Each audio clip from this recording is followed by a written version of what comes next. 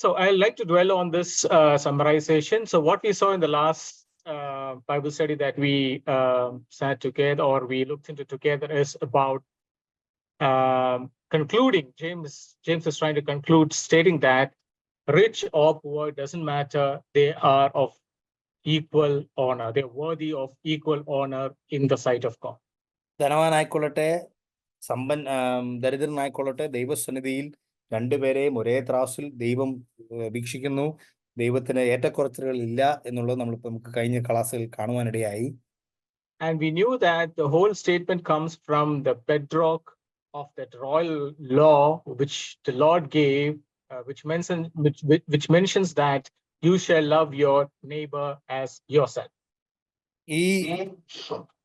ഈ ഏറ്റക്കുറച്ചുകൾ ഇല്ല എന്നുള്ള പഠിപ്പിക്കൽ തന്നെ യാക്കോബ് മുഴുവനുമായിട്ട് ഈ രാജകീയ നിയമം എന്ന് പറയുന്നത് അതിനെ സമ്മറൈസ് ചെയ്ത് താൻ പറയുകയാണ്, നിങ്ങളുടെ അയൽവാസിയെ നിങ്ങളെ തന്നെ പോലെ സ്നേഹിക്കണം എന്ന് പറഞ്ഞതിന്റെ അടിസ്ഥാനത്തിലാണ് ദൈവസന്നിധിയിൽ എല്ലാവരും ഒരുപോലെ എന്ന് യാക്കോബ് പറയുന്നത്. And after that we saw that the faith which is not working is as good as dead. It is a useless faith. പ്രവർത്തികളില്ലാത്ത വിശ്വാസം മരിച്ച വിശ്വാസമാണ്, അതുകൊണ്ട് യാതൊരു പ്രയോജനവുമില്ല എന്ന് യാക്കോബ് സ്പഷ്ടമായിട്ട് പറയുന്നു. And after that we saw whatever the actions that you do would be judged under the law of liberty. അതിനുശേഷം നമ്മൾ ചെയ്യുന്ന ഏത് പ്രവൃത്തിയും ഈ രാജകീയ സ്വാതന്ത്ര്യത്തിന്റെ നിയമത്തിന്റെ അടിസ്ഥാനമായി നമ്മളെ ന്യായം വിധിക്കുന്നുവെന്ന് നാം കാണുവാനിടയായി. And then at last we saw the statement which holds good across the word of God, which also is being manifested in the book of James, which states that no one is justified by works, but only by grace and grace alone. ആരും പ്രവൃത്തികൾ കൊണ്ടല്ല നീതീകരിക്കപ്പെടുന്നത്, കൃപയാൽ അത്രേ ഒരുവൻ ദൈവസന്നിധിയിൽ നീതീകരിക്കപ്പെടുന്നത്. So what we are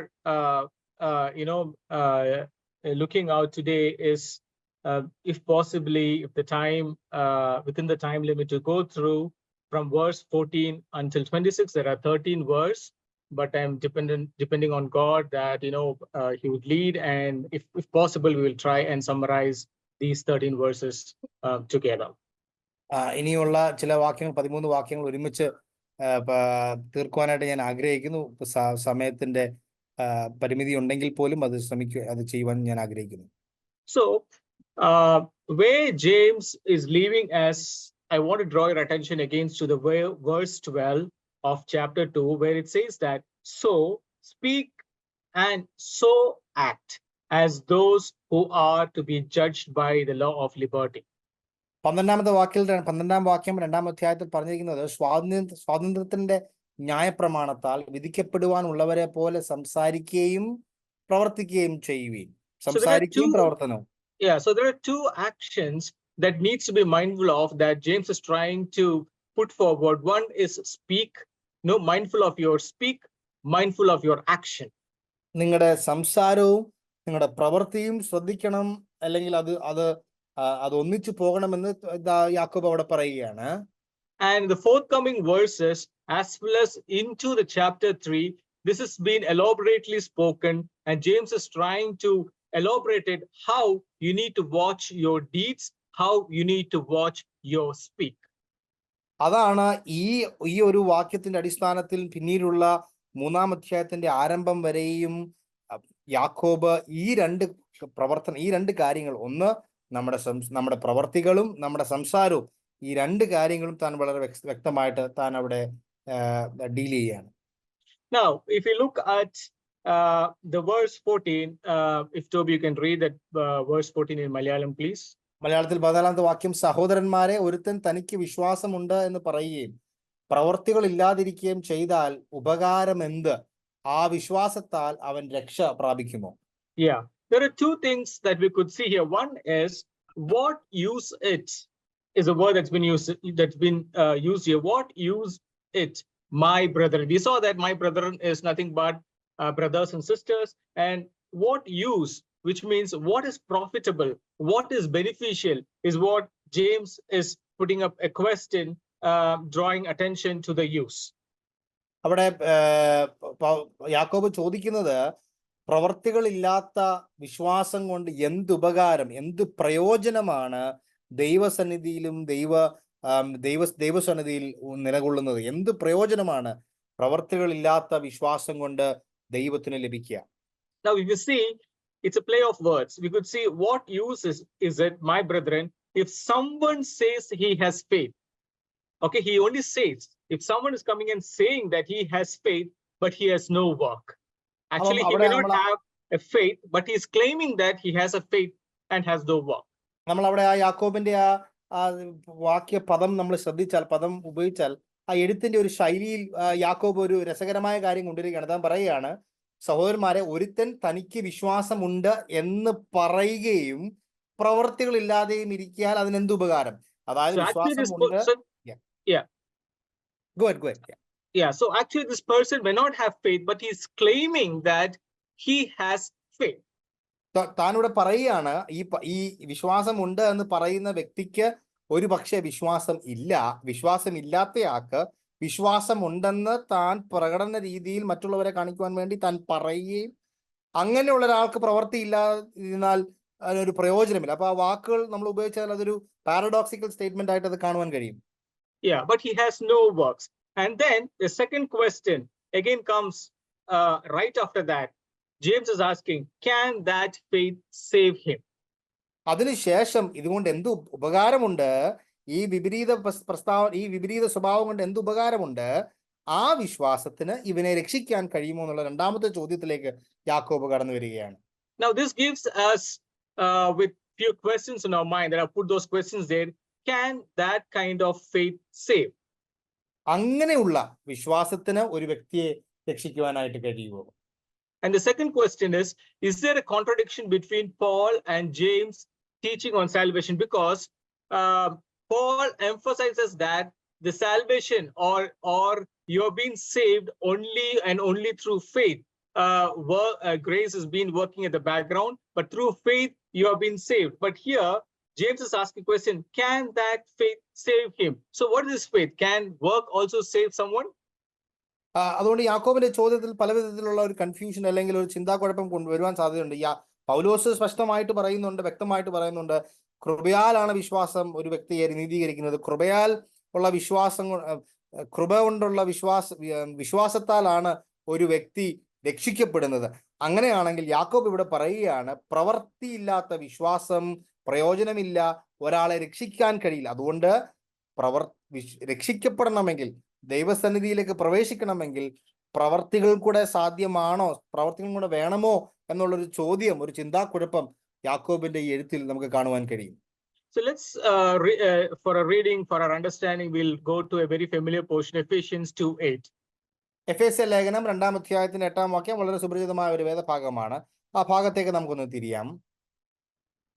എഫേസ്യ ലേഖനം 2-ാം അധ്യായം അതിന്റെ 8-ാം വാക്യം.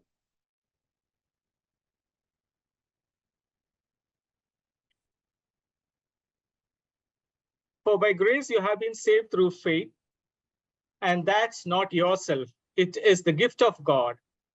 8-ാം വാക്യത്തിൽ പൗലോസ് പറയുകയാണ്, കൃപയാലല്ലോ നിങ്ങൾ വിശ്വാസം മൂലം രക്ഷിക്കപ്പെട്ടിരിക്കുന്നത്, അതിനും നിങ്ങൾ കാരണമല്ല, ദൈവത്തിന്റെ ദാനമത്രേ. And again in Galatians 5:6 we see, for in Christ Jesus neither circumcision nor uncircumcision means anything, but faith working through love. അവിടെ Galatians 5:6.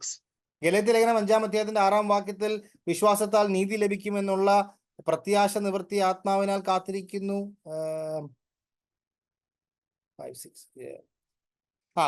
ക്രിസ്തുയേശുവിൽ പരിച്ഛേദനയല്ല, അഗ്രചർമ്മവും അല്ല, സ്നേഹത്താൽ വ്യാപരിക്കുന്ന വിശ്വാസം അത്രേ കാര്യമെന്ന് നാം വായിക്കുന്നുണ്ട്. So here Paul is dealing with two things. One, how the work is being manifested through love, that we saw that in Galatians. Galatia ലേഖനത്തിൽ എങ്ങനെയാണ് സ്നേഹം കൊണ്ടുള്ള വിശ്വാസം മനുഷ്യനെ രക്ഷിക്കുന്നത് എന്ന് കാണുവാൻ നമുക്ക് കഴിയും. No. It is not saving.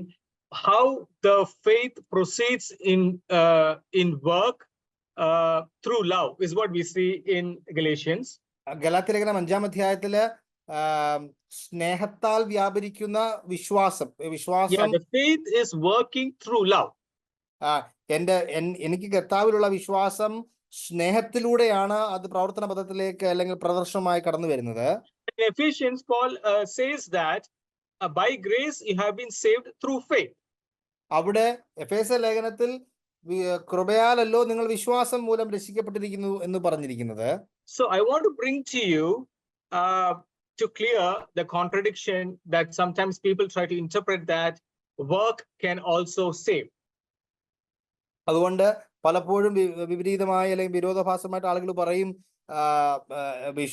പ്രവർത്തികൾ കൊണ്ടും ഒരു മനുഷ്യന് രക്ഷിക്കപ്പെടുവാൻ കഴിയുമെന്നുള്ള ആ ഒരു ചിന്താക്കുഴപ്പം ഞാൻ ഒരിക്കലായിട്ട് ക്ലിയർ ചെയ്യാനായിട്ട് ആഗ്രഹിക്കുന്നു.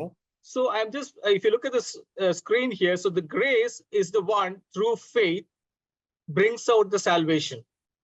ആ സ്ക്രീനിൽ നമ്മൾ ശ്രദ്ധിച്ചാൽ അറിയാം, കൃപയുടെ ആധിക്യ നിമിത്തമാണ് നാം വിശ്വാസത്തിലേക്ക് കടന്നു വരുന്നത്. വിശ്വാസം നമ്മളെ through faith you have been saved. അങ്ങനെ വിശ്വാസം കൊണ്ട് നാം രക്ഷിക്കപ്പെടുന്നു. സാൽവേഷൻ, രക്ഷയിലേക്ക് നാം പ്രവേശിക്കുന്നു. But there is another faith, which is you are exercising faith. You are exercising the faith day in and day out in your life. എന്നാൽ അതിനുശേഷം ഉത്ഭവിക്കുന്ന ഒരു പ്രവൃത്തിയുടെ ഒരു വിശ്വാസമുണ്ട്. ദൈനംതോറുമുള്ള എനിക്ക് ലഭിച്ചിരിക്കുന്ന വിശ്വാസം അത് പ്രവർത്തന പദത്തിലേക്ക് വരും. Is that what I'm saying? Yes. So how do we know that the faith is being exercised? It's through your deeds. എങ്ങനെയാണ് എനിക്ക് കൃപയാൽ ലഭിച്ച വിശ്വാസം അത് പ്രായോഗികമാകുന്നത്, അത് പ്രവർത്തന പദത്തിലേക്ക് വരുന്നത്? എൻ്റെ പ്രവർത്തികൾ കണ്ടാണ് ആളുകൾക്ക് മനസ്സിലാകുന്നത് ഞാൻ വിശ്വാസത്തിൽ കടന്നു എന്നുള്ളത്. So Paul is also saying the same thing. He is complementing, he is supplementing what James is trying to put forward, stating that your faith is working through love, which is you are exercising faith. അതുകൊണ്ട് പൗലോസും യാക്കോബ് പറയുന്ന അതേ കാര്യം തന്നെയാണ് പൗലോസും എടുത്തു പറയുന്നത്.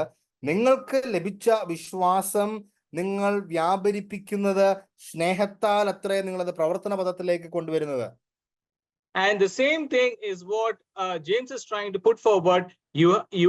How do you exercise your faith, the saved faith that you have, but how do you exercise that in your day-to-day life? It should be reflected in your works. അത് തന്നെയാണ് യാക്കോബ് പറയുന്നത്. നിങ്ങൾക്ക് കൃപയാൽ ലഭിച്ച ഈ വിശ്വാസം എങ്ങനെ നിങ്ങൾക്കുണ്ട് എന്ന് മറ്റുള്ളവർ അറിയും, അല്ലെങ്കിൽ നിങ്ങൾക്ക് തിരിച്ചറിയുവാൻ കഴിയും. നിങ്ങളിൽ നിന്ന് പുറപ്പെടുന്ന പ്രവർത്തികൾ മൂലം നിങ്ങൾ വിശ്വാസത്തിലേക്ക് പ്രവേശിച്ചു എന്ന് പ്രവർത്തന പദത്തിൽ കാണുവാൻ കഴിയും. If that is the case, then what does the question mean? Can that faith save him? അങ്ങനെയാണെങ്കിൽ യാക്കോബിന്റെ ചോദ്യത്തിലേക്ക് മടങ്ങി വരാം. ഈ വിശ്വാസത്തിന്, ഇങ്ങനെയുള്ള വിശ്വാസത്തിന് അവനെ രക്ഷിക്കുവാൻ കഴിയുമോ? What is that save? എന്താണ് യാക്കോബ് അവിടെ ഉപയോഗിച്ചിരിക്കുന്ന അർത്ഥം എന്താണ്? ആ വിശ്വാസത്താൽ അവൻ രക്ഷ പ്രാപിക്കുമോ? So this is what I'm trying to explain in this slide that I have put together. ഞാൻ ഇട്ടിരിക്കുന്ന സ്ലൈഡിൽ നിങ്ങൾ ശ്രദ്ധിച്ചാൽ നിങ്ങൾക്ക് മനസ്സിലാവും. So we could see that we understood that salvation is not based on works. We know that it is only through grace. നമുക്കറിയാം പ്രവർത്തികൾ കൊണ്ടല്ല നാം രക്ഷിക്കപ്പെടുന്നത്, കൃപയാൽ അത്രേ നാം രക്ഷിക്കപ്പെടുന്നത്. അത് അടിസ്ഥിതമാണ്, അതിന് മാറ്റമില്ല, നമുക്കറിയാവുന്ന കാര്യമാണ്. Now we see here the work of God. What is the work of God? The work of God is redemption. നമുക്കറിയാം ദൈവത്തിന്റെ പ്രവൃത്തി എന്താണ്. ദൈവത്തിന്റെ പ്രവൃത്തി എന്ന് പറയുന്നത് നമ്മളെ വീണ്ടെടുക്കുക എന്നുള്ളതാണ്. And those who are not under that work of God of redemption are called as unredeemed. ദൈവത്തിന്റെ വീണ്ടെടുപ്പിന്റെ പദ്ധതിയിൽ ഉൾപ്പെടാത്ത ആളുകളെ നാം വീണ്ടെടുക്കപ്പെടാത്തവർ അല്ലെങ്കിൽ രക്ഷിക്കപ്പെടാത്തവർ എന്ന് നാം പറയുന്നു. And after the redemption, what is the effect of the redemption? You have been saved from the eternal damnation. നിത്യമായുള്ള നാശത്തിൽ നിന്ന് ദൈവത്തിന്റെ വീണ്ടെടുപ്പ് പദ്ധതിയിലൂടെ പ്രവേശിക്കുന്ന ആളുകൾക്ക് രക്ഷ പ്രാപിക്കുവാനായിട്ട് കഴിയും. അതാണ് വീണ്ടെടുപ്പ് പദ്ധതിയുടെ പരിണിത ഫലം. And after that you have been saved, your deed speaks about your salvation. Your deed speaks about the faith through which you have been saved. അതിനുശേഷം എൻ്റെ ജീവിതത്തിലെ പ്രവർത്തനങ്ങൾ, എൻ്റെ കാര്യപരിപാടികൾ കാണുമ്പോൾ ഞാൻ കൃപയാൽ രക്ഷിക്കപ്പെട്ടു, ദൈവത്തിന്റെ വീണ്ടെടുപ്പ് പദ്ധതിയിൽ ഉൾപ്പെട്ട വ്യക്തിയാണെന്ന് തിരിച്ചറിയുവാനായിട്ട് കഴിയും. Deed is a work of man. അതുകൊണ്ട് പ്രവർത്തികൾ എന്ന് പറയുന്നത് മനുഷ്യരിൽ നിന്ന് ഉത്ഭവിക്കുന്ന പ്രവർത്തനമാണ്. Now, redemption is a work of God, deed is a work of man. വീണ്ടെടുപ്പ് എന്ന് പറയുന്നത് ദൈവത്തിന്റെ പരിപാടിയാണ്, ദൈവത്തിൽ നിന്ന് ഉത്ഭവിക്കുന്ന കാര്യപരിപാടിയാണ്. പ്രവർത്തികൾ എന്ന് പറയുന്നത് മനുഷ്യനിൽ നിന്ന് പുറപ്പെട്ടു വരുന്നതാണ്. So once a believer has been redeemed, he has been saved from the eternal damnation, his deeds or his works is being judged by God. So when you stand in the presence of God being judged, could your deeds help you, or could your deeds help you to stand in his presence in confidence, is the question James is trying to put forward. അതുകൊണ്ട് യാക്കോബ് ചോദിക്കുന്ന ചോദ്യത്തിന്റെ അർത്ഥം എന്ന് പറയുന്നത്, വീണ്ടെടുക്കപ്പെടുക എന്ന് പറയുന്നത് ദൈവത്തിൽ നിന്ന് പുറപ്പെടുന്ന കാര്യപരിപാടിയും പ്രവർത്തികൾ മനുഷ്യനിൽ നിന്ന്, എന്നിൽ നിന്ന് പുറപ്പെടേണ്ടതാണ്. എന്റെ പ്രവർത്തികൾ ദൈവം ന്യായം വിധിക്കുകയും ആ ന്യായവിധി ദിവസത്തിൽ എന്റെ പ്രവർത്തികൾ, എന്നിൽ നിന്നുണ്ടായ പ്രവർത്തികൾ കാരണം ദൈവസന്നിധിയിൽ എനിക്ക് നിൽക്കുവാനുള്ള പ്രാഗൽഭ്യം അല്ലെങ്കിൽ ബലം എന്റെ പ്രവർത്തികൾ എന്റെ ജീവിതം കൊണ്ട് കഴിയുമോ എന്നാണ് യാക്കോബിന്റെ ചോദ്യം. Let's read 2 Corinthians 5:10. 2 കൊരിന്ത്യർ 5-ാം അധ്യായത്തിന്റെ 10-ാം വാക്യത്തിൽ നാം ഇങ്ങനെ വായിക്കുന്നു: For we all must appear before the judgment seat of Christ, so each one may be recompensed for his deeds in the body according to what he has done, whether good or bad. 2 കൊരിന്ത്യർ അവനവൻ ശരീരത്തിൽ ഇരിക്കുന്ന അതാ വാക്യം, no? Yes. അവനവൻ ശരീരത്തിൽ ഇരിക്കുമ്പോൾ ചെയ്യുന്നത് നല്ലതാകിലും തീയതാകിലും അതിന് തക്കവണ്ണം പ്രാപിക്കേണ്ടതിന് നാം എല്ലാവരും ക്രിസ്തുവിന്റെ ന്യായാസനത്തിന് മുമ്പാകെ വെളിപ്പെടേണ്ടതാകുന്നു. Okay, and again in Romans 14:12 we read that, so then each one of us will give an account of himself to God. റോമാലേഖനം 14-ാം അധ്യായത്തിലും നമുക്കറിയാം, ഓരോരുത്തരും താന്താന്റെ പ്രവർത്തനങ്ങൾക്ക് ദൈവസന്നിധിയിൽ കണക്ക് ബോധിപ്പിക്കേണ്ടതാണെന്ന് നാം വായിക്കുന്നുണ്ട്. So when your faith is worked or exercised through your deeds, when that is being judged by God, how do you stand? Is the question James is trying to put forward. നമ്മുടെ ജീവിതത്തിന്റെ പ്രവർത്തികൾ ദൈവത്തിന്റെ ന്യായവിധിക്ക് മുമ്പാകെ നാം അവനവന്റെ കണക്ക് ദൈവസന്നിധിയിൽ നാം കൊടുക്കുമ്പോൾ, ആ പ്രവർത്തനങ്ങൾ മുഖാന്തരം നമുക്ക് ദൈവസന്നിധിയിൽ പ്രാഗൽഭ്യത്തോടെ, നമുക്ക് ബലത്തോടെ നിൽക്കുവാൻ കഴിയും. നമുക്ക് എങ്ങനെ അന്നത്തെ ദിവസം നിൽക്കുവാൻ കഴിയും? ന്യായവിധിയുടെ ദിവസത്തിൽ ദൈവത്തിൽ നിന്നുള്ള ആ ഒരു പ്രശംസ അല്ലെങ്കിൽ ആ ഒരു പ്രോസസ്സിലൂടെ കടന്നു പോകാനുള്ള ബലം നമ്മുടെ പ്രവർത്തനങ്ങൾക്ക് നൽകുവാൻ കഴിയുമോ? And if you look at the unredeemed, he is unsaved. The result is the person is unsaved and he or she is also judged by God, the final judgment. വീണ്ടെടുക്കപ്പെടാത്ത ആളുകളും അവരും രക്ഷിക്കപ്പെട്ടിട്ടില്ല, അവരും ദൈവസന്നിധിയിൽ ന്യായവിധിയിലേക്ക് പ്രവേശിക്കും. Yeah, and then they would be judged in the final judgment. But one question that would arise into our mind is, there are also people who do not know God, who has not been redeemed, does good deeds in this earth. എന്നാൽ നമുക്ക് അതിന് ചോദ്യം ചോദിക്കാം, രക്ഷിക്കപ്പെടാത്ത ആളുകളും നല്ല പ്രവർത്തനങ്ങളും നല്ല സാമൂഹികമായി നല്ല പ്രവർത്തികളും സമൂഹത്തിനും രാജ്യത്തിനും ചെയ്യുന്ന ആളുകളില്ലേ? അവരുടെ പ്രവർത്തനങ്ങൾ എങ്ങനെ ദൈവം ന്യായം വിധിക്കും? Even they are doing better than probably the believers. ഒരുപക്ഷെ വിശ്വാസികൾ എന്ന് പറയുന്നവരെക്കാളും വളരെ മനോഹരമായിട്ട് നല്ല പ്രവർത്തികൾ ചെയ്യുന്ന ആളുകളുണ്ട്.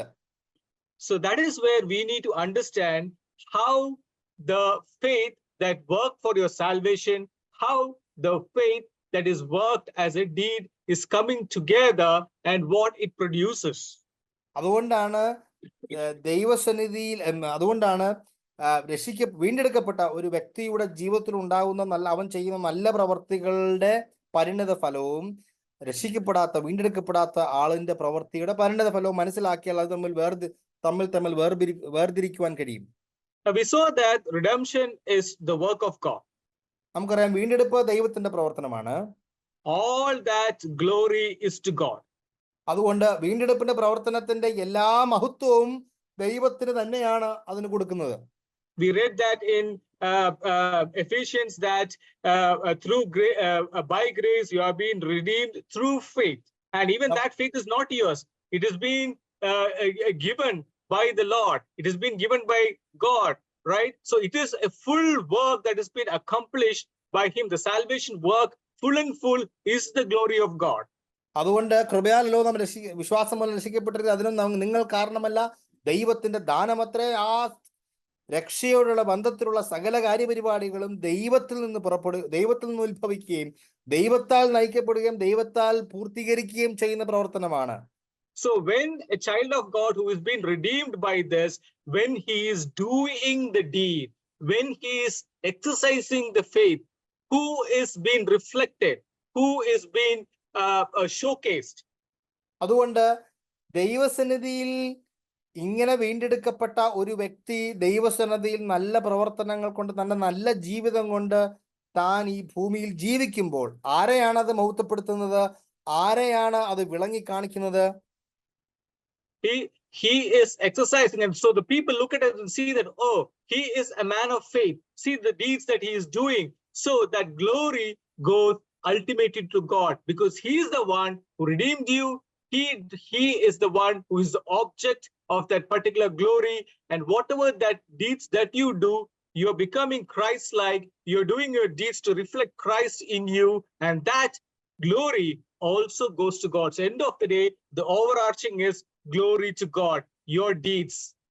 അതുകൊണ്ട് നാം ചെയ്യുന്ന അല്ലെങ്കിൽ നല്ല പ്രവർത്തികൾ, വീണ്ടെടുക്കപ്പെട്ട വ്യക്തിയുടെ ജീവിതത്തിൽ ഉണ്ടാവുന്ന നല്ല പ്രവർത്തികൾ, അവൻ ചെയ്യുന്ന ദൈവസന്നിധിയിൽ അവന്റെ ജീവിതം എല്ലാം അത്യന്തപരമായി ദൈവത്തെ മഹത്വപ്പെടുത്തുകയും ദൈവത്തെ വിളങ്ങിക്കാട്ടുകയും ദൈവത്തെ പ്രഘോഷിക്കുകയും ചെയ്യുന്നതായതുകൊണ്ട് ഈ കാര്യപരിപാടിയുടെ വീണ്ടെടുപ്പിന്റെയും മനുഷ്യന്റെ പ്രവർത്തനങ്ങളുടെയും എല്ലാം അതിന്റെ സാരാംശം എന്ന് പറയുന്നത്, അതിന്റെ സത്ത് എന്ന് പറയുന്നത് ദൈവത്തിന് മഹത്വം ലഭിക്കുന്നു എന്നുള്ളതാണ്. So when we do the deed, we should be very careful that we don't take that credit. We should be always mindful that it is the Lord who needs to be glorified. അതുകൊണ്ട് നമ്മുടെ ജീവിതത്തിൽ വിശ്വാസികൾ എന്ന നിലയിൽ നമ്മൾ എന്തെങ്കിലും നല്ല പ്രവർത്തികളോ ആ കാര്യങ്ങളിലേക്കോ നമ്മുടെ കൈകളെയോ നമ്മുടെ ജീവിതമോ നമ്മുടെ സംസാരം കൊണ്ട് നമ്മൾ ചെയ്താൽ അതെല്ലാം എന്റെ മഹത്വം അല്ലെങ്കിൽ എനിക്കതിൽ യാതൊരു വിധമായ പ്രശംസനീയമായ ഒന്നുമില്ല. ദൈവത്തിന് പ്രശംസയും ദൈവത്തിന് മഹത്വകരമായി തീരുവാൻ നാം അത് പ്രത്യേകം ശ്രദ്ധിക്കണം. God chose me to be his child. God chose me to be in his eternal kingdom. It is all Lord's, and I'm reflecting the character of God in my life. So through that, I'm bringing glory to God again.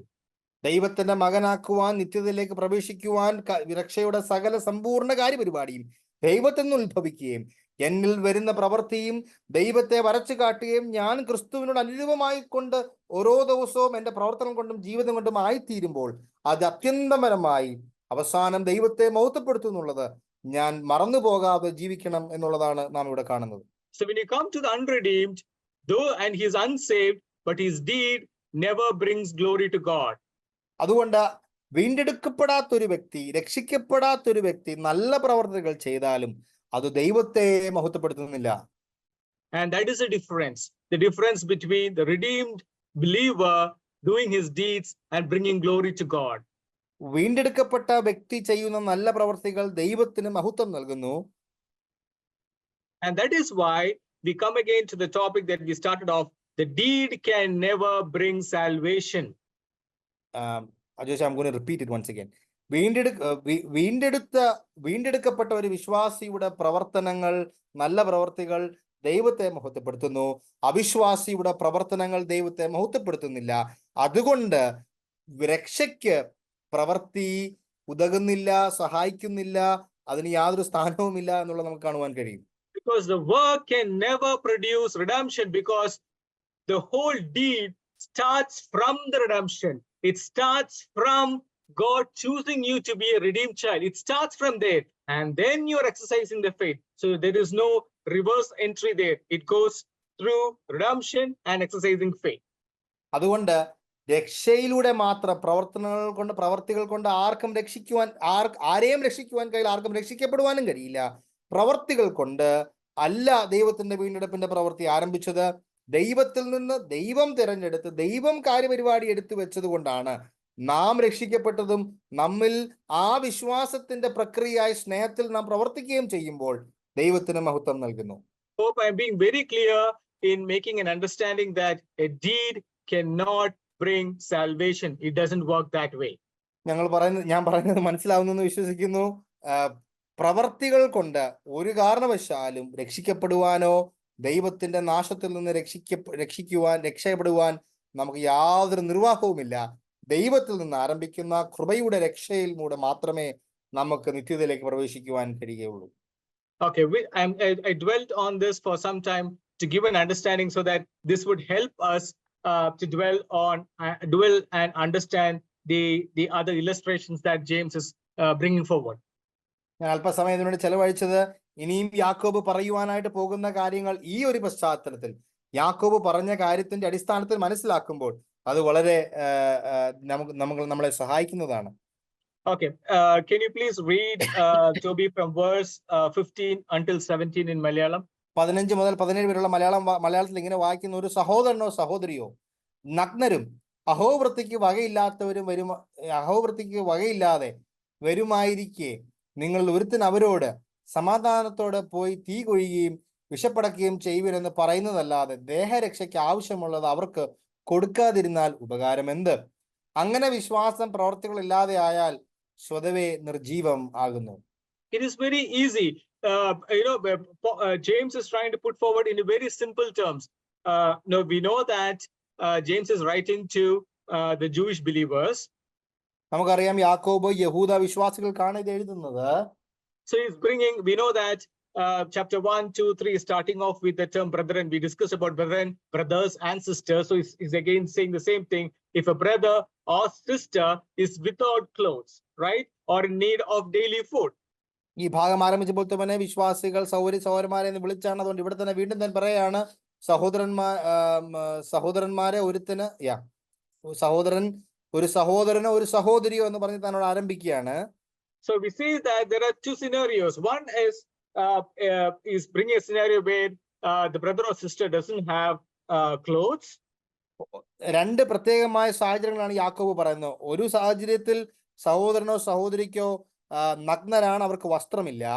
And the second scenario is they are in need of food. രണ്ടാമത്തെ സാഹചര്യം എന്ന് പറയുന്നത് അഹോവൃത്തിക്ക് വകയില്ല, അവർക്ക് ആഹാരം ലഭിക്കണം. So when this person approaches, now James is trying to emphasize on exercising the faith. Now he's telling that the response to that, right? The response to that, when you know about this, the needy brother or the needy sister, how is your response? The response is go in peace, be warmed and be filled. അതുകൊണ്ട് ഇങ്ങനെയുള്ള സഹോദരനോ സഹോദരിയോ നമ്മുടെ മുമ്പിൽ വരുമ്പോൾ അവരുടെ ആവശ്യം എന്താണ്? ആ ആവശ്യത്തിന് പകരം നമ്മൾ വാക്കുകൾ കൊണ്ട് അവരോട് പറയുകയാണ്, നിങ്ങൾ പോയി വസ്ത്രമിട്ടോളൂ, അല്ലെങ്കിൽ നിങ്ങൾ പോയി തീ കൊയ്തോളൂ എന്ന് നമ്മൾ പറഞ്ഞ് അവരെ ആശ്വസിപ്പിച്ചാൽ അതുകൊണ്ട് എന്ത് പ്രയോജനം എന്നാണ് യാക്കോബ് ചോദിക്കുന്നത്. So the person is giving a response that go in peace, be warmed and be filled. Fine, right? You are saying the right words. Probably you are trying to demonstrate some compassion. അവിടെ പറയുകയാണ്, സമാധാനത്തോടെ വസ്ത്രമില്ലാത്ത അഹോവൃത്തിക്കും നഗ്നരും അഹോവൃത്തിക്ക് വകയില്ലാത്തവരുമായി ഇരിക്കുന്ന ആളോട് നമ്മൾ പറയുകയാണ് സമാധാനത്തോടെ പോവുക എന്ന് പറഞ്ഞു കഴിഞ്ഞാൽ ഒരു പക്ഷെ നല്ല വാക്കായിരിക്കും, അത് സമാധാനത്തോടെ തന്നെ അവർ പോകണം. But what James is trying to put forward is that your words of compassion is not shown in your action. If that is so, what is the use of it? അനുകമ്പയുടെ ഈ വാക്കുകൾ കൊണ്ട് യാതൊരു വിധത്തിലുള്ള പ്രയോജനവും അവർക്കുണ്ടാകുന്നില്ല, അല്ലെങ്കിൽ അവർക്ക് അവരുടെ ആവശ്യം നിറവേറ്റപ്പെടുന്നില്ല എന്ന് പറഞ്ഞാൽ ആ വാക്കുകൾ കൊണ്ടോ ആ വിശ്വാസം കൊണ്ടോ ആ പ്രവർത്തനം കൊണ്ടോ എന്ത് പ്രയോജനം? In other words, James is trying to put forward starving household cannot eat words.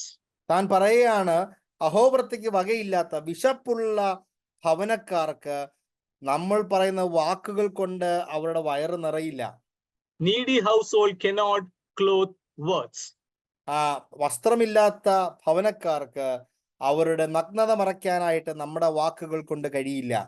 And hence James is trying to conclude in verse 17, thus this faith is dead. അതുകൊണ്ട്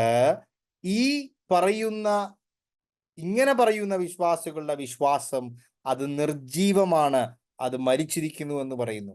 It is non-existent, it is dormant, it is useless, it is inactive, and that is what James is meaning by the word dead. അവിടെ യാക്കോബ് ഉപയോഗിച്ചിരുന്ന പദം മരിച്ച വിശ്വാസമാണ്, നിർജീവമാണ് എന്ന് പറയുന്നതിന്റെ അർത്ഥം ആ വിശ്വാസം കൊണ്ട് പ്രയോജനമില്ല, അത് പ്രവർത്തനരഹിതമല്ല, അതുകൊണ്ട് യാതൊരു ഗുണവും ഒരാൾക്കും ഉണ്ടാകുന്നില്ല എന്ന് യാക്കോബ് പറയുകയാണ്. Now,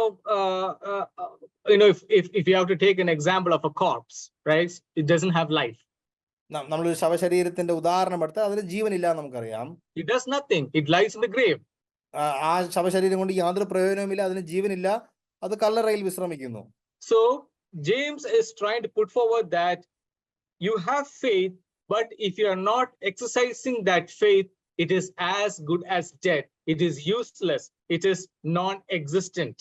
അതുകൊണ്ട് ആ മൃതശരീരത്തിൽ ജീവനില്ലാതെ നിർജീവമായിട്ട് ഒരു സ്ഥലത്ത് കിടക്കുന്നത് പോലെ തന്നെയാണ് ഇങ്ങനെ പറയുന്ന പ്രവർത്തികളില്ലാത്ത വിശ്വാസം. അത് നിർജീവമാണ്, പ്രയോജനമില്ല, ഗുണമില്ല. So James is trying to pull a conclusion through this analogy of the believer, stating that you have been or a person is being heartless towards the poor by giving them empty words. അതുകൊണ്ട് ആവശ്യക്കാർക്ക് അവരുടെ ആവശ്യം പറഞ്ഞ് പ്രവർത്തിക്കാതെ വെറും വാക്കുകൾ കൊണ്ട് മാത്രം അവരെ നിറയ്ക്കുവാനെങ്കിൽ അവരുടെ ആവശ്യങ്ങൾ പറയുവാനായിട്ട് നാം ശ്രമിക്കരുത് എന്നാണ് താൻ പറയുന്നത്. In our churches or even in amongst us, sometimes we are good at it, right? We tell them, oh, don't worry, I'll pray for you, right? That's the usual word we could hear of. നമ്മുടെ പല സഭകളിലും, ഒരുപക്ഷെ നമ്മുടെ സഭയിലും നമ്മുടെ മധ്യത്തിലൊക്കെ നമുക്ക് എല്ലാവർക്കും ഉപയോഗിക്കാൻ പറ്റുന്ന വളരെ എളുപ്പമുള്ള ഒരു വാക്കാണ്, സാരമില്ല, വിഷമിക്കണ്ട, ഞങ്ങൾ പ്രാർത്ഥിക്കുന്നുണ്ട്, പ്രാർത്ഥിക്കാം സഹോദര എന്ന് നമുക്ക് പറയുവാൻ നമുക്ക് വളരെ എളുപ്പമാണ് അത് പറയാം. നമ്മൾ പറയാറുണ്ട്. It's absolutely good to pray. We should pray. നമ്മൾ പ്രാർത്ഥിക്കേണ്ടത് ആവശ്യമാണ്, പ്രാർത്ഥിക്കുകയും വേണം. But at the time when the believer needs or in time of need, if you are not doing something by your action, by your exercising faith, then that faith is as of no use. അതുകൊണ്ട് ഞാൻ ആ സഹോദരന്റെ ആവശ്യം അനുസരിച്ച് എനിക്ക് പ്രവർത്തിക്കുവാൻ കഴിയുന്നില്ല എങ്കിൽ എന്റെ വിശ്വാസം കൊണ്ടോ എന്റെ വാക്കുകൾ കൊണ്ടോ ഒരുപക്ഷെ യാതൊരു പ്രയോജനവും ഇല്ലാതെ ഇരിക്കുകയാണ്. So what I'm trying to say is that a professed compassion means only your action is your words without any support by your action is pretension. It is pretension, or you're pretending that you're trying to help someone, but actually you're not. നമ്മൾ വാക്കുകൾ കൊണ്ട് നമ്മുടെ അനുകമ്പയും നമ്മുടെ പ്രത്യാശയും അല്ലെങ്കിൽ നമ്മുടെ ആശ്വാസവും ഒക്കെ നമ്മൾ അറിയിച്ചാൽ അതിനകത്ത് പ്രവൃത്തിയില്ല എങ്കിൽ അത് കേവലം പ്രിറ്റൻഷ്യസ് ആണ്. അതിനകത്ത് അത് കേവലം മറ്റുള്ളവരെ കാണിക്കാൻ വേണ്ടി മാത്രം എന്നുള്ള ഒരു അർത്ഥത്തിൽ അതൊരു കപടമായ ഒരു ഒരു ഒരു ഒരു ഒരു ഒരു ഒരു ഒരു ആശ്വാസ വാക്കാണ്. അതിനകത്ത് പ്രവൃത്തിയില്ല. Yeah, so James is trying to say that stop pretending and start acting. യാക്കോബ് പറയാണ് അങ്ങനെ നടിക്കാതെ, അങ്ങനെ കപടമായി പ്രവർത്തിക്കാതെ നിങ്ങൾ പ്രവർത്തികൾ കൊണ്ട് ഒരു സഹോദരനെ ഉടുപ്പിക്കുകയോ അവൻ ആഹാരം കൊടുക്കുകയോ അവനെ ആശ്വസിപ്പിക്കുകയോ ചെയ്യുവിൻ. Stop pretending and start exercising your faith. നിങ്ങൾ നടിക്കാതെ നിങ്ങളുടെ വിശ്വാസത്തെ പ്രവർത്തന പദത്തിലേക്ക് കൊണ്ടുവരുവിൻ. And he is drawing back to that sovereign or royal law, love your neighbor as yourself. അതിനുശേഷം താൻ മുമ്പേ പറഞ്ഞ അതേ പദപ്രയോഗം, നിങ്ങളുടെ അയൽക്കാരനെ തന്നെ പോലെ തന്നെ സ്നേഹിക്കുക എന്ന് പറഞ്ഞ ആ ഒരു രാജകീയ ന്യായപ്രമാണത്തിൽ അടിസ്ഥിതമായി താൻ ആ വാദം താൻ കൊണ്ടുവരികയാണ്. Now let's quickly go to the verse 18. Toby, if you can read. 18ാമത്തെ വാക്യം ഇങ്ങനെ വായിക്കുന്നു, എന്നാൽ ഒരുത്തൻ നിനക്ക് വിശ്വാസമുണ്ട്, എനിക്ക് പ്രവർത്തികൾ ഉണ്ട് എന്ന് പറയുമായിരിക്കും. നിന്റെ വിശ്വാസം പ്രവർത്തികൾ കൂടാതെ കാണിച്ചു തരിക, ഞാനും എന്റെ വിശ്വാസം പ്രവർത്തികളാൽ കാണിച്ചു തരാം. It could be a bit confusing for you to read that scenario, so I've tried to simplify it up on the slide like this. ഞാനതൊരു സ്ലൈഡിൽ അത് വളരെ ലളിതമായിട്ട് കാണിക്കുവാനായിട്ട് ഞാൻ ഇങ്ങനെ ചെയ്തിട്ടുണ്ട്. So James is trying to bring two scenarios. One is show me your faith without the works. That's one scenario. പ്രവൃത്തിയില്ലാത്ത വിശ്വാസം എനിക്ക് കാണിച്ചു തരാൻ യാക്കോബ് പറയുന്നു. Second thing is show you my faith by my works. അതിനുശേഷം യാക്കോബ് പറയാണ്, ഞാൻ പ്രവർത്തികൾ കൊണ്ടുള്ള എന്റെ വിശ്വാസവും കാണിച്ചു തരാം. So the faith is there as a constant factor between the two scenarios. അതുകൊണ്ട് രണ്ട് സിനാരിയോയിലും രണ്ട് സാഹചര്യത്തിലും വിശ്വാസമുണ്ട്. Only thing that it's the variable is without the works by my works. അവിടെ രണ്ട് സാഹചര്യത്തിലെ വ്യത്യാസം എന്ന് പറയുന്നത് പ്രവൃത്തിയില്ലാത്ത വിശ്വാസവും എന്നിൽ നിന്ന് പുറപ്പെടുന്ന പ്രവൃത്തികളുള്ള വിശ്വാസവും. It's an interesting scenario where I could see that James is calling upon himself as an example. I will show you my faith by my works. He is drawing that to himself. I will show you my faith by my works. യാക്കോബ് തന്റെ തന്നെ ഉദാഹരണം എടുത്ത് പറയുകയാണ്, പ്രവർത്തികളില്ലാത്ത വിശ്വാസം നിങ്ങൾ കാണിച്ചതാ, ഞാൻ എന്റെ വിശ്വാസം പ്രവർത്തികളാൽ കാണിച്ചു തരാം. So there are two scenarios that is bringing in. One is faith without the works, faith by works. പ്രവർത്തികളില്ലാത്ത വിശ്വാസവും പ്രവർത്തികളുള്ള വിശ്വാസവും. What he is trying to bring forward is, though faith is a constant factor, if you don't have works, that does not try to manifest the faith that you have. ഒരു കാര്യം യാക്കോബ് വളരെ വ്യക്തമായിട്ട് പറയുകയാണ്, പ്രവർത്തികളില്ലാത്ത വിശ്വാസം നിങ്ങൾക്ക് കാണിക്കുവാനായിട്ട് കഴിയില്ല. That's what. Yes, because the work itself, the deed itself proceeds from the faith. We saw that, right? യാക്കോബ് പറയാണ്, പ്രവർത്തികളില്ലാത്ത ഒരു വിശ്വാസം നിങ്ങൾക്ക് കാണിച്ചു തരാൻ കഴിയില്ല. അങ്ങനെ ഒരു വിശ്വാസം ഇല്ല. കാരണം പ്രവർത്തികൾ വരുന്നത്, ഉത്ഭവിക്കുന്നത് വിശ്വാസം കൊണ്ട് മാത്രമാണ്, വിശ്വാസത്തിൽ നിന്നാണ്. Your faith is manifested through the works that you do. നിങ്ങൾ ചെയ്യുന്ന പ്രവർത്തനങ്ങളിൽ നിങ്ങളുടെ വിശ്വാസം പ്രകടനമായിട്ട് കടന്നു വരും, അത് കാണുവാൻ കഴിയും, തെളിവായിട്ട് കടന്നു വരും. Yeah, the work that is being the work that the deed will speak of the faith that you hold. നിങ്ങളുടെ പ്രവൃത്തി നിങ്ങൾക്കുള്ള വിശ്വാസത്തെ നിങ്ങൾക്കുള്ള വിശ്വാസത്തെ തെളിവായി കാണിച്ചു തരും, വ്യക്തമായിട്ട് കാണുവാനും തിരിച്ചറിയുവാനും കഴിയും. Without words, it is impossible to determine a working faith. പ്രവർത്തികളില്ലാത്ത ഒരു വിശ്വാസത്തെ കാണുവാനോ അങ്ങനെ ഒരു വിശ്വാസം ഉണ്ടോ എന്ന് പോലും നമുക്ക് തിരിച്ചറിയുവാനായിട്ട് കഴിയില്ല. It is impossible. I'm repeating, it is impossible to determine working faith without works. പ്രവർത്തികളില്ലാത്ത വിശ്വാസം തിരിച്ചറിയുവാനായിട്ട് സാധ്യമേ അല്ല. Yeah, so it is by works that someone would be able to know that this person has faith. That is the working faith, because it manifests itself in the work that you do. അതുകൊണ്ട് പ്രവർത്തികൾ കൊണ്ട് മാത്രമേ ഒരു വിശ്വാസം തിരിച്ചറിയുവാൻ കഴിയുകയുള്ളൂ. കാരണം അതിൽ നിന്ന് പുറപ്പെടുന്നതാണ് പ്രവർത്തികൾ. So to summarize, through this verse 18, what James is trying to say that only through works that one would be able to determine your exercising faith. അതുകൊണ്ട് രണ്ട് കാര്യങ്ങളാണ് യാക്കോബ് സ്പഷ്ടമായി ഈ വാദത്തിലൂടെ താൻ സ്ഥാപിക്കുന്നത്. ഒന്ന്, വിശ്വാസം കൊണ്ട് മാത്രമേ നല്ല പ്രവർത്തികൾ ദൈവസന്നിധിയിൽ ഉണ്ടാകുകയുള്ളൂ.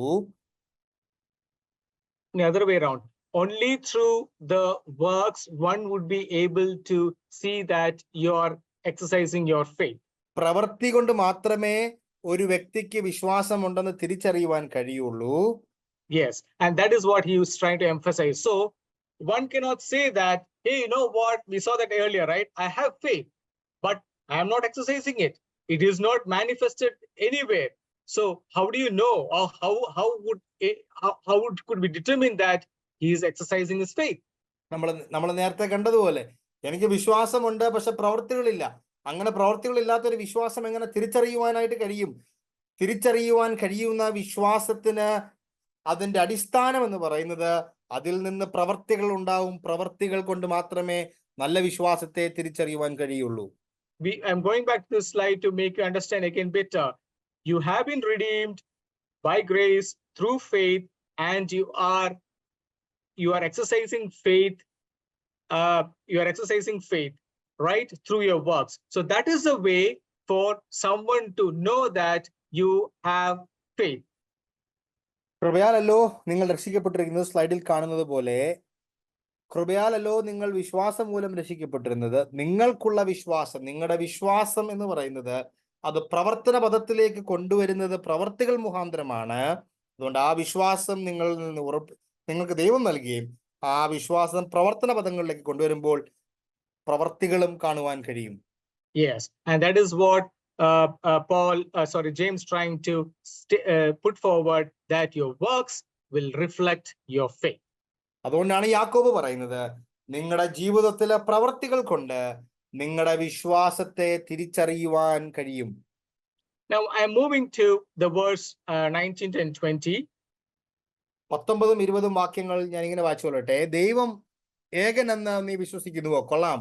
പിശാചുക്കളും അങ്ങനെ വിശ്വസിക്കുകയും വിറയ്ക്കുകയും ചെയ്യുന്നു.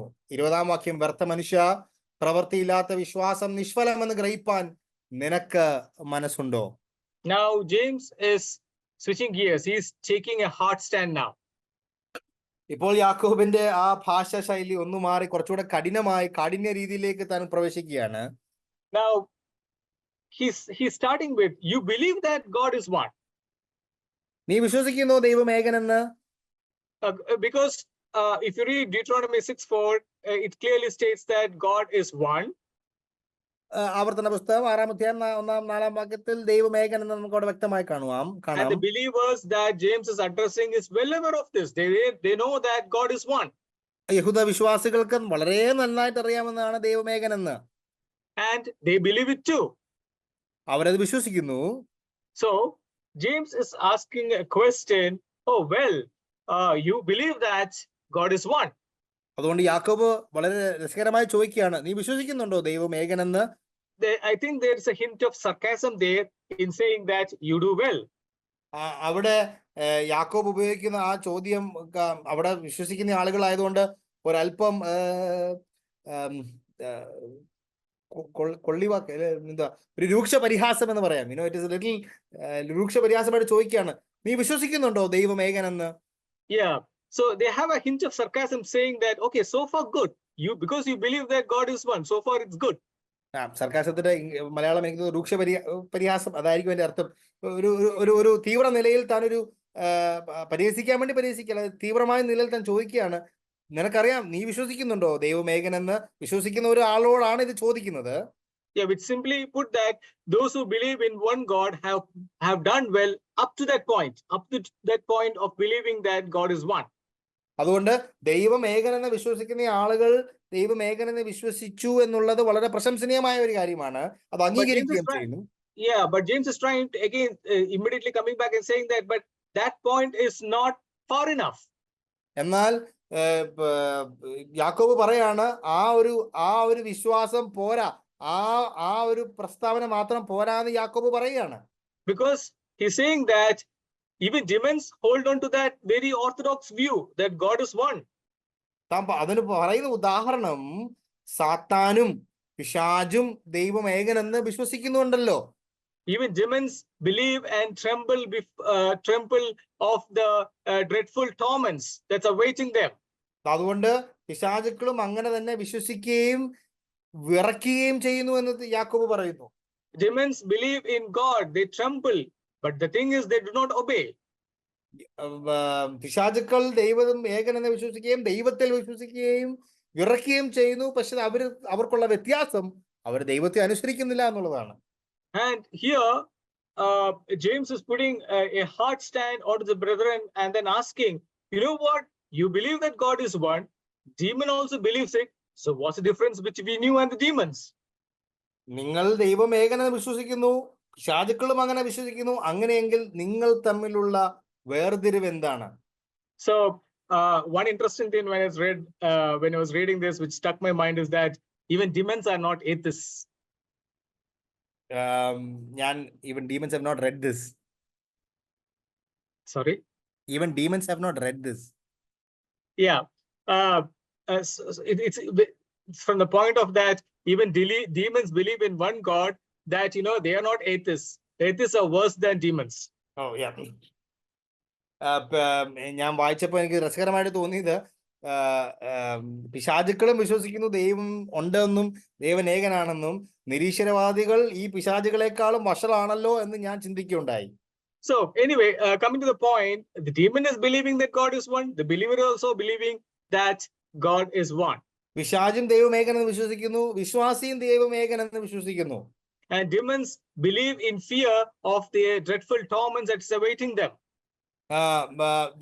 പിശാചുക്കൾ ദൈവം അവർക്ക് വെച്ചിരിക്കുന്ന ന്യായവിധി, അവർക്ക് വെച്ചിരിക്കുന്ന ആ ഒരു ന്യായവിധിയിലേക്ക് അവർ കാത്തിരിക്കുന്നു എന്നാണ് നാം വായിക്കുന്നത്.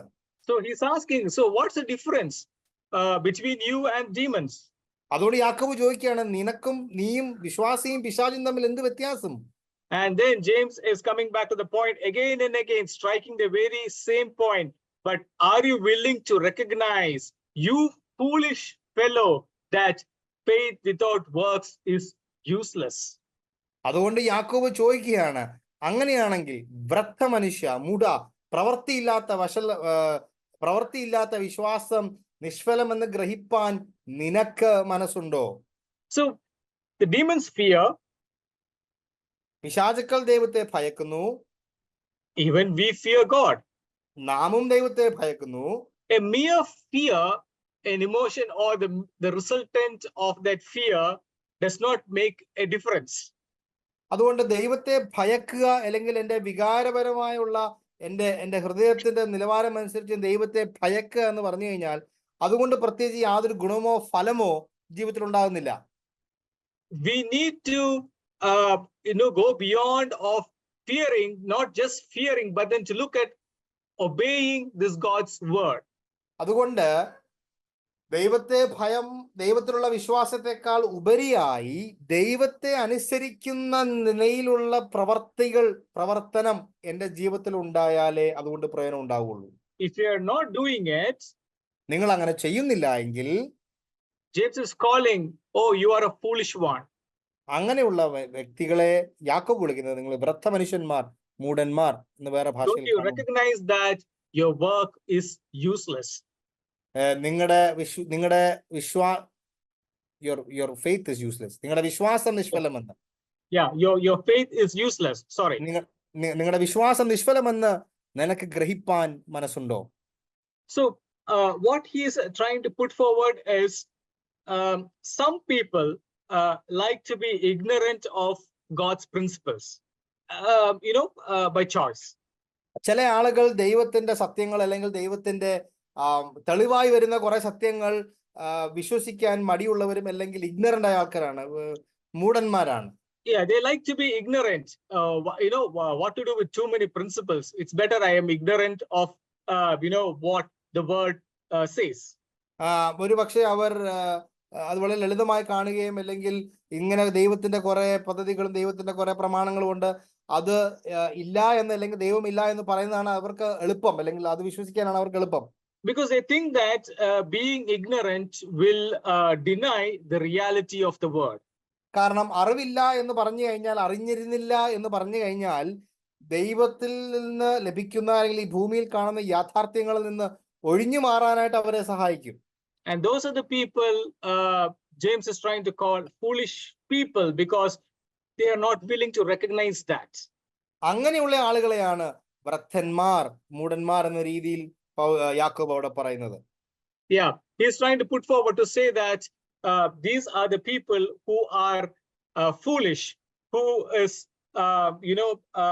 who by choice want to be ignorant of the reality of the word. അതുകൊണ്ട് ഇങ്ങനെയുള്ള ആളുകൾ വൃദ്ധന്മാരാണ്.